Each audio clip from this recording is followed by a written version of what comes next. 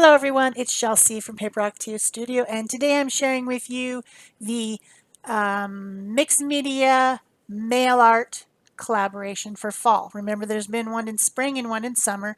This is the first day of fall, and so today is Fall Autumn's collaboration. This is a collaboration with Bea Grob from Switzerland, Lena Holmstrom from Finland, and Linda Israel from Oklahoma, and me, Shel C from Arizona. So it is truly international, and we all send out a 4x6 postcard to each other person which we have created.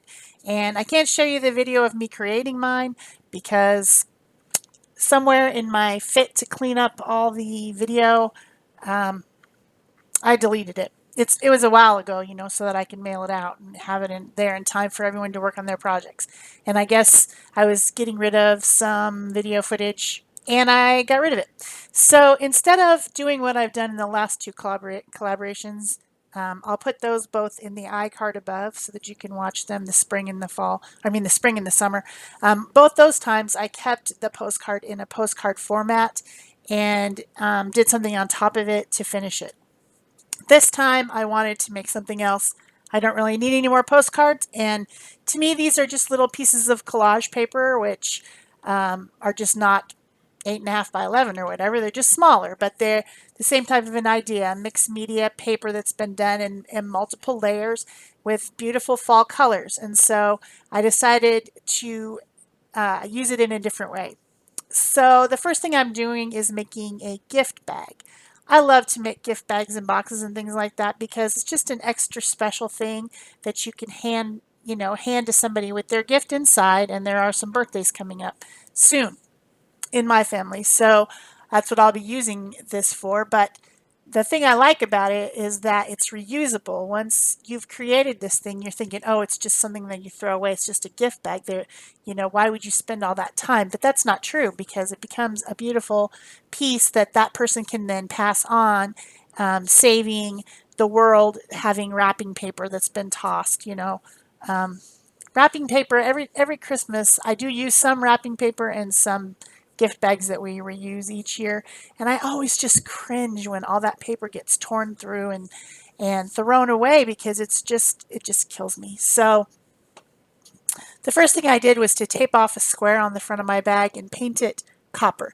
It is just a craft colored bag. You could even use one that you got from, like Olive Garden or something when you brought home your leftovers and they put it in a bag. You can cover their logo on the bag and reuse it. In fact, I have a video of me doing that where I made a bag and card for a wedding that I went to. And I'll try to remember to link that as well somewhere, either in the iCard or the end screen, so that you can go and look at that if you want to. But you can definitely reuse those ones, from Sprouts or whatever, and just decorate them. So this one didn't happen to have a logo on it. I just happened to have some brown bags that I used to use for lunch back in the day. They're sturdy and you could reuse them, but this one's not ever been used for anything. It's brand new.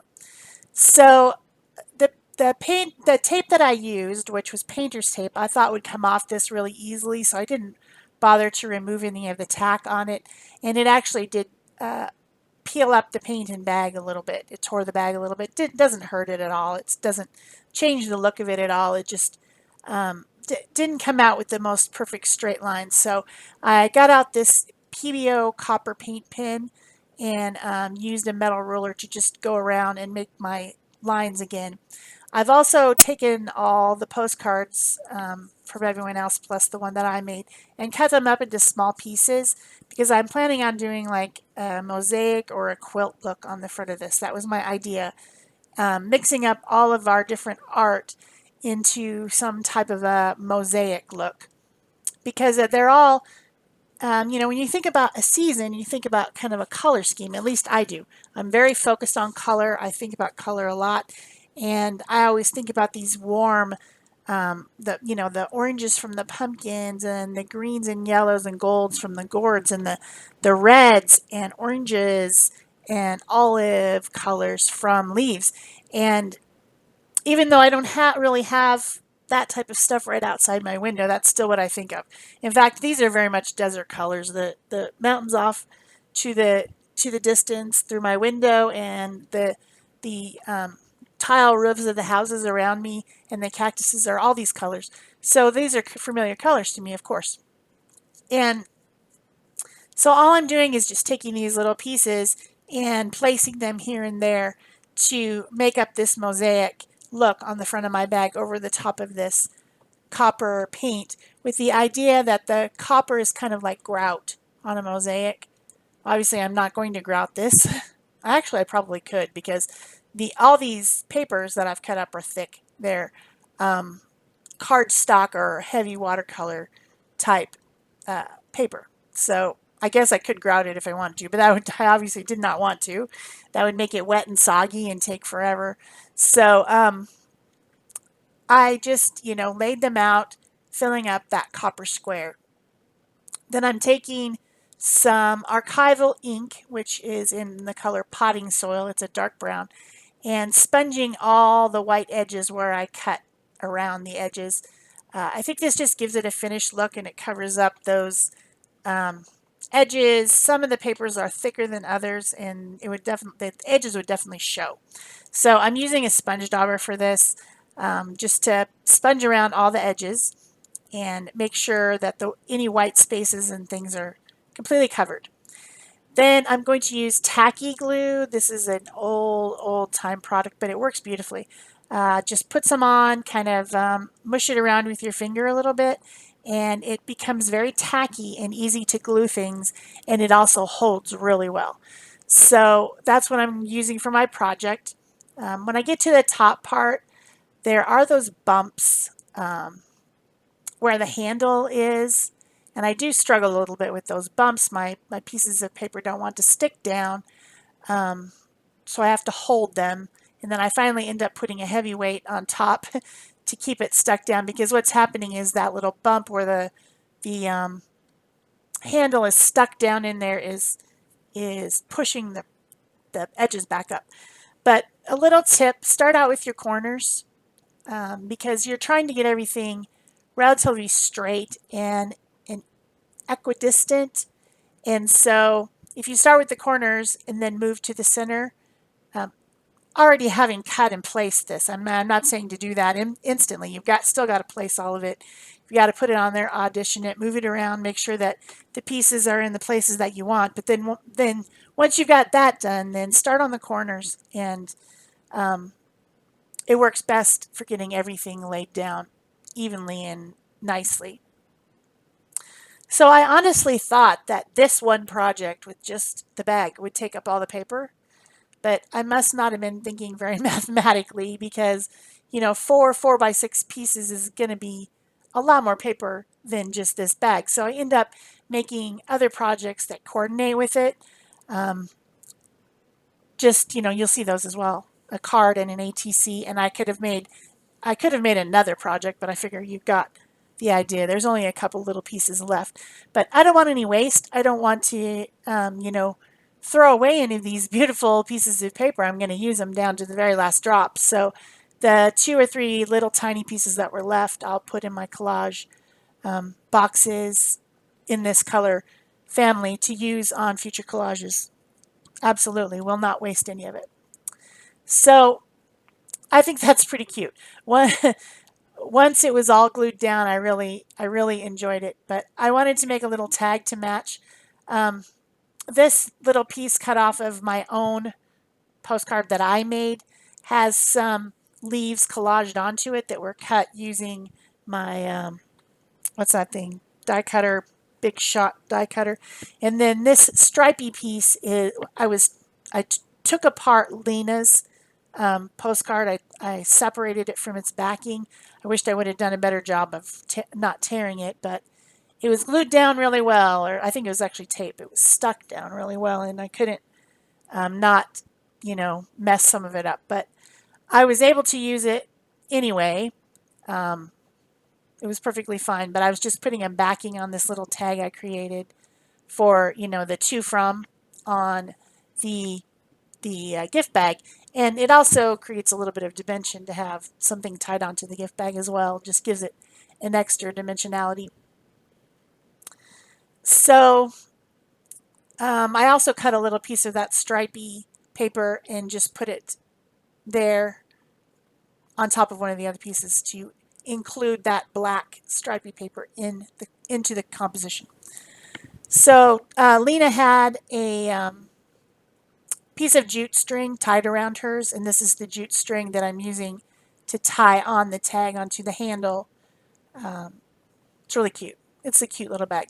So then I thought it still needed a dimensional element. Just, I don't know why, I just thought it did. So I had some of these tea bags. When I drink my tea in the morning, I just let the bag dry out and I empty out the tea, and then I have this tea stained paper. And it's pretty, and it looks very fallish. So I decided to make a flower out of the tea stained paper. It's a tissue type paper. I I don't know why it holds up in water, but it does. I'm not sure what it's made out of, but anyway, it's like tissue. Only I don't think a tissue bag would hold up in water, so it's something else. But first, I make like a twisty bit and I roll it into kind of a curl and glue it down for the center of the flower, and then I cut some of the other pieces and make little loops and twist them at the bottom and glue them on as petals. And I think this little tea bag flower is cute. I think so anyway. I don't know if anyone else does, but it was just what I needed. I could have used a pre-bought paper flower instead, but it's always more fun to make something yourself, and it makes it extra special. So I'm just cutting more little pieces off of another one of the tea bags that I've opened up all the way, and twisting them at the bottom and flattening them out and making them into petals. There'll be a close-up of the flower at the end of the video, in the pictures section at the end of the video, so you can see what it looks like close up. It's kind of hard to see in the video, it's far away. I should have zoomed in, but I wasn't thinking about zooming. I was thinking about, getting my project done. So sometimes you forget the camera is even there, which is when you're having the most fun. So then I just glued that over the largest square. The largest one, I think, is from Bea's postcard, and then there's all these other little ones. And I feel happy with the bag, so I go ahead and decide to make some other projects. This is a piece of copper metallic cardstock, and I'm making that into a card. And I also have this piece of corrugated paper, or fluted paper, some people call it. I think it's from Canvas Corp Brands. And of course, I'll link everything that I use in the description box below if you need to find it. I'll try to remember to put everything down there. I just when you're looking at the video, down below you see a little description box of what the video is, and then there's a little thing that says show more. And if you click show more, then it opens up this whole bunch of stuff, extra information for you, how to find me, my email and things like that, all my other social media, my PayPal donation button if you'd like to donate to my channel. All that type of stuff is below the video every single time. It's always there. So I'm using some more of these little pieces of the cards that are left over from the bag project on my card. I've glued that fluted paper over the copper paper, and then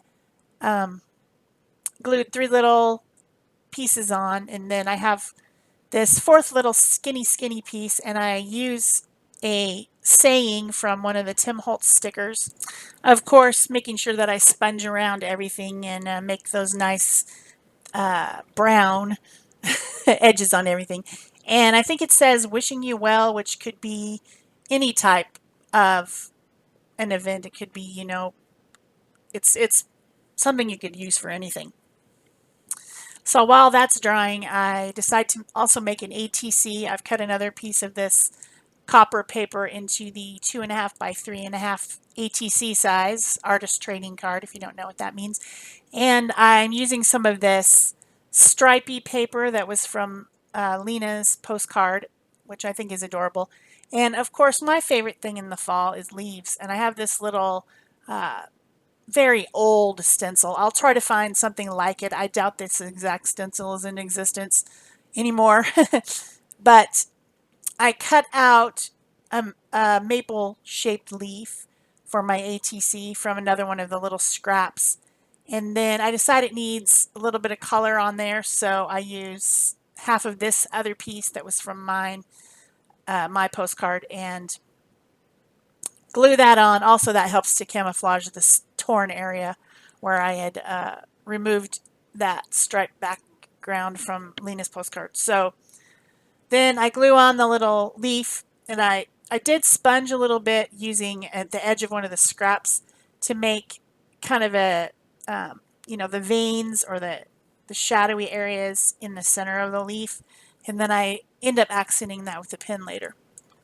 So I decided to do the same thing for my card because it still needs another element. So I'm using the scrap piece that Linda sent me that was the same as her postcard. She made like a whole mixed media sheet of watercolor paper and then cut it up. So she sent an extra little scrap to use. So I cut out, I think that's an oak leaf, and I'm going to use that for my card. Then I'm using that metallic copper pen again from PBO to add some dimensionality to my leaves. Sorry, excuse me. And just kind of working back and forth in between the ATC and the card. Like I said, I could have made another project. I see I have a couple little pieces left, but I just decided to save those for future projects. They're not, you've got the idea. I cut up the pieces, I made them into stuff. So if you're enjoying this video, don't forget to give it a like and, of course, a comment, a share, all those things. That really helps my channel to grow. Also, down below the video, there are links to Linda's, Lena's, and Bea's videos of how they used the same or very similar postcards as the ones that I got to do their projects. So you can go and check that out. I recommend that you also give them likes, comments, shares, all those things, and subscribe to their channels if you haven't already. It's a great way to find new artists. So my finishing touches after some pen work with the black Posca pen, was to do some copper splatters. Oh, these turned out so beautiful. I wish you could see these copper splatters. I love copper. And this pen, you can just shake these paint pens, like flick them, and the paint comes out of the tip and splatters, and it's so pretty and shimmery and shiny and a little bit dimensional when it's dry. It's gorgeous. So yeah, here's a little bit more pen work. I decided it needed some black. I had outlined it with copper first and it didn't show up enough, and it's got all that black in the background, so I switched that up and also added a sticker from the Tim Holtz stickers to this one as well. So thanks so much for watching, and the pictures are coming up at the end. That's it for me. Bye-bye.